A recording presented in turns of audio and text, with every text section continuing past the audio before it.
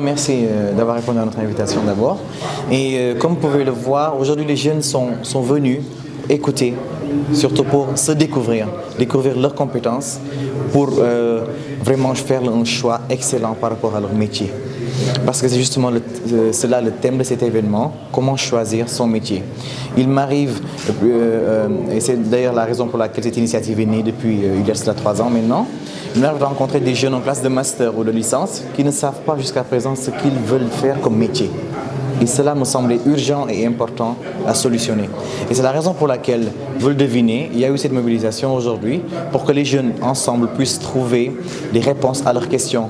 Ils naviguent sur des océans d'incertitude par rapport au choix de leur métier. Et nous sommes là aujourd'hui, nous avons invité, et c'est justement cela la particularité de la 3e édition, nous avons invité différents corps de métier, un avocat, un ingénieur, un architecte, un informaticien, pour qu'ils puissent partager leur parcours social et professionnel avec ces jeunes, pour qu'ils puissent leur montrer exactement que les moments par lesquels ils sont en train de passer sont tout à fait normaux, autant pour moi. Donc il faudrait également qu'ils sachent que réussir n'est pas une tâche facile et que la réussite justement est au bout de l'effort. Donc c'est en quelques mots justement ce partage d'expérience, cet échange, mais également les étudiants et les élèves auront l'occasion de poser leurs questions aux panélistes pour qu'ils puissent les aider, les informer, pour qu'ils aient la bonne information par rapport au choix du métier qu'ils feront. Voilà, tout à l'heure dans votre discours, vous allez revenir un peu sur la sensibilisation des réseaux sociaux. Oui. Pourquoi cela? Absolument, je ne veux pas trop tergiverser par rapport à cette question. Vous savez, les réseaux sociaux occupent plus de 80% de notre temps quotidien. Et cela, je pense que est un point super important pour moi. C'était une occasion, en tout cas pour moi, de rebondir sur ce point. Parce que s'il est utilisé à bon escient, il peut avoir un impact super positif sur le destin, sur la carrière professionnelle de nos jeunes. Je parle des étudiants et des élèves dans la majorité. Chacun, vous le savez tous, chacun a un smartphone, chacun a un ordinateur portable, chacun a une tablette. Donc ils passent tout leur temps sur les réseaux sociaux, Facebook, Instagram, Snapchat et Twitter. Mais il ne faudrait pas qu'ils tombent dans le piège des réseaux sociaux. Il ne faudrait pas qu'ils utilisent ces réseaux sociaux pour se dénigrer, pour s'insulter. Donc il ne faudrait pas qu'ils utilisent ces réseaux sociaux pour perdre, en tout cas, ou bien pour réduire à néant le peu de valeur qui nous reste au Sénégal. Parce qu'on le voit tout le temps, il y a des jeunes qui utilisent les réseaux sociaux, c'est simple, il suffit juste d'allumer sa caméra, de proférer des injures à l'endroit de son prochain et que ça devienne vraiment, ça fasse le tour de la toile, ça fasse le tour du monde. Donc il ne faudrait pas qu'ils cherchent du buzz à travers ces réseaux sociaux.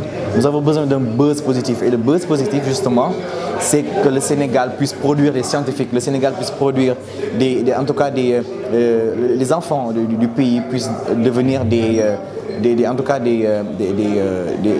qu'ils puissent en tout cas promouvoir la démocratie, le développement et la paix dans le pays. Donc c'est justement cela, c'est à quoi je faisais allusion quand je parlais des réseaux sociaux. Que les réseaux sociaux soient utilisés à bon escient pour que la jeunesse sénégalaise, pour que la jeunesse de mon pays puisse avancer et se développer. Voilà, beaucoup de corps de métier existent, mais aujourd'hui on a vu des architectes, un avocat, et sur quelle base êtes-vous pour inviter ceux-ci aujourd'hui? Absolument, je me base sur cela parce que j'en suis à la 3e édition justement, et lors des précédentes éditions, j'ai eu des questions des étudiants qui avaient beaucoup de traits par rapport au métier du droit, plus précisément l'avocat, le métier d'avocat, et de juriste, de juge, etc.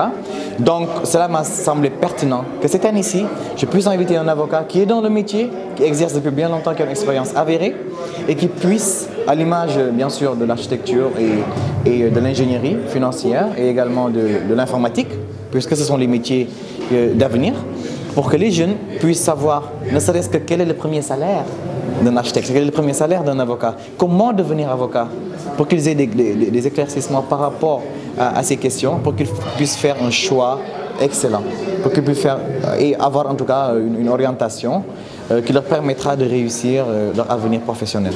La raison pour laquelle aujourd'hui, nous avons décidé d'inviter différents corps de métier, qui sont d'ailleurs les plus prisés, pour que les jeunes puissent avoir des réponses concrètes par rapport à leur questionnement. C'est bon. Merci. Merci.